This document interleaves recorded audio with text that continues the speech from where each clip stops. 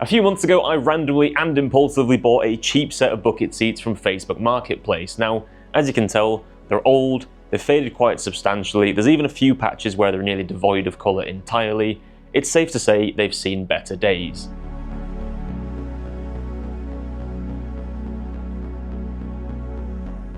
But that is the premise of today's video. I'm going to see if I can restore these old seats at home, on a budget, and using my own two hands. My name's Jason, welcome to the Driver's Den.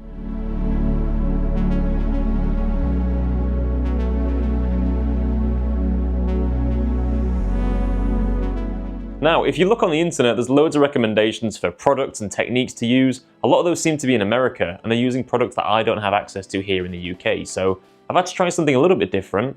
There is a chance I absolutely ruin these bucket seats and make them even worse than what they currently look like, but I'm optimistic for a change. And if not, they're only cheap.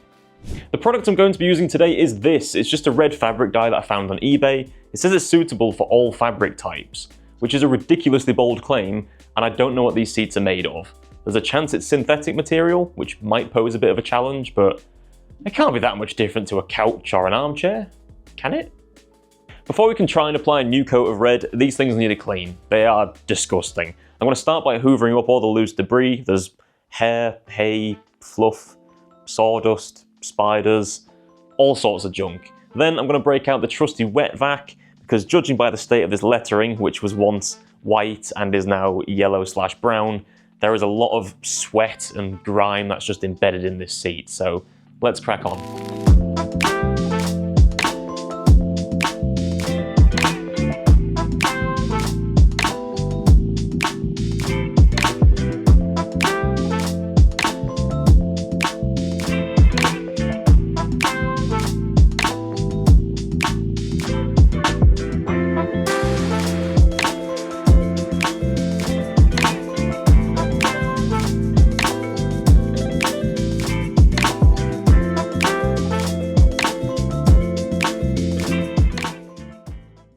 And that, folks, is why you get yourself a wet vac. It's not perfect, there's still some stains, still some mold marks and various marks that I'm not going to get out, but having taken out all of that disgusting liquid, I'm now confident in moving on to the next stage. This stuff absolutely reeks. It's the kind of stuff where if you left it on the seats, on hot days, you might find you get a bit of a musty smell.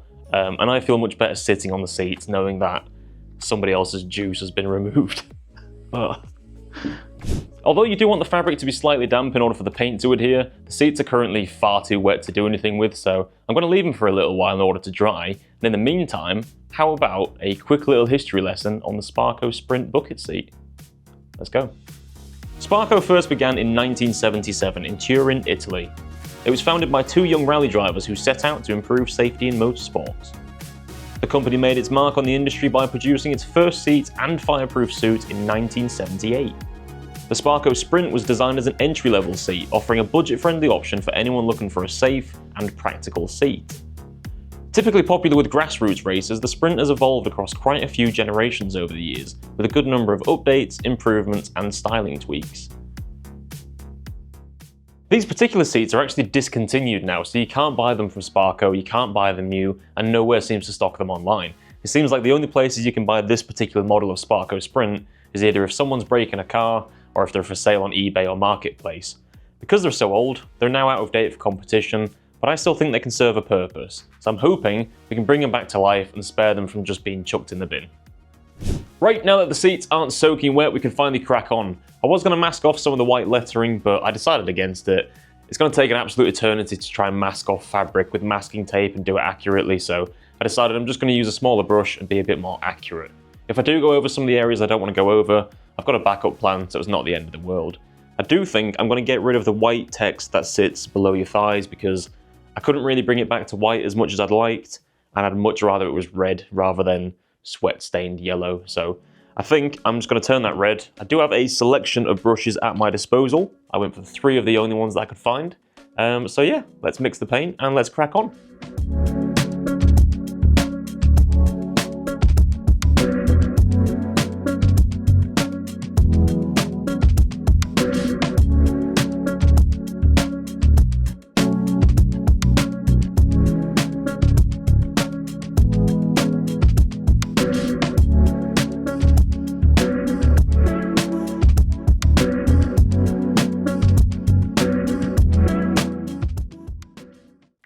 So I've just finished doing the first coat on the front side of the seat.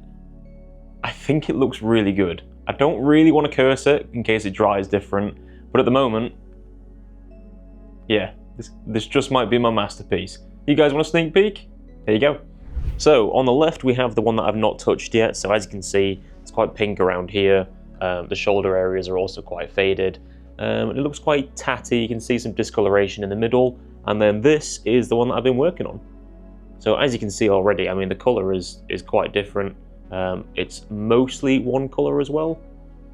So it looks nice and red. I did go over this section. Now I tried to keep these nice and clear. I used a fine brush to get in there, but this one's actually bled through. So, I mean, it's kind of hopeless now. I'm just gonna have to go over it. But yeah, look at the difference between these two. It's almost night and day.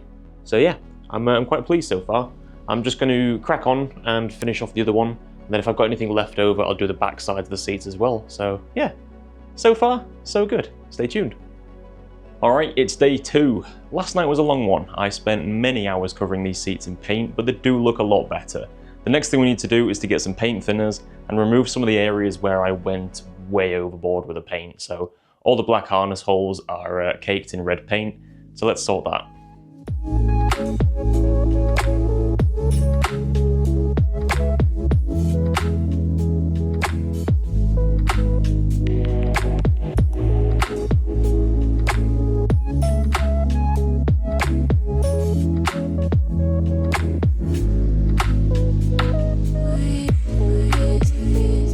So now that all the black bits are free from red paint and the garage absolutely stinks of paint thinners, it's time to move on to what I hope is the final step.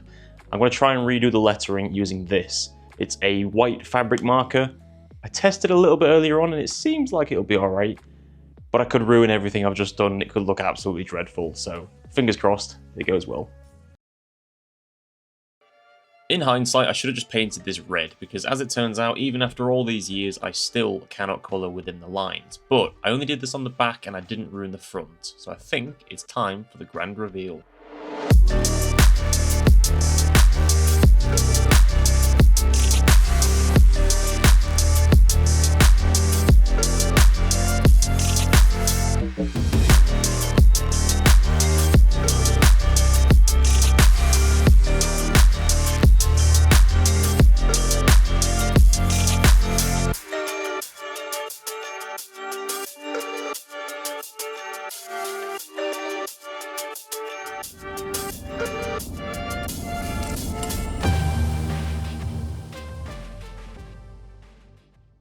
Well, there we go. That is the finished result. I have to say, I'm really pleased with how these things turned out. I think we've answered the question.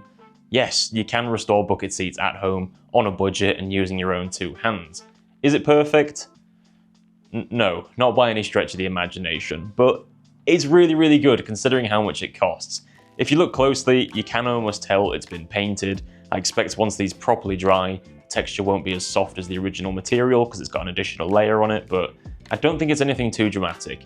I did have to go over the lettering, but that does look tidier than if you try and either mask off the lettering or if you try and go over it with a white pen, which is what I did on the back, and it looks like Stevie Wonder did it. But other than that, yeah, I think we've spared them from being chucked in the bin. I wouldn't put them in a show car, but they'd go in a street car just fine or in a track car. So I don't really think there's any complaints considering how much I've spent on it. Unfortunately, only time will tell how well these things hold up. Once you start using them, there might be some paint transfer, they might fade in the sun. I really don't know yet, but we'll try and keep you updated in the comments. If you've enjoyed watching me restore these seats, it's been something completely different to what I normally do, but I've had fun and I've learned a lot along the way. So if you guys enjoyed watching, please feel free to like the video, subscribe to the channel because I've got loads of cool content coming soon, and follow me on the socials. Thank you very much for watching. Take care. I was going to mask off some of the lettering, but I couldn't really be bothered. It says shake well. I think I've shook it. My name's Jason and I speak gibberish. I can't even speak.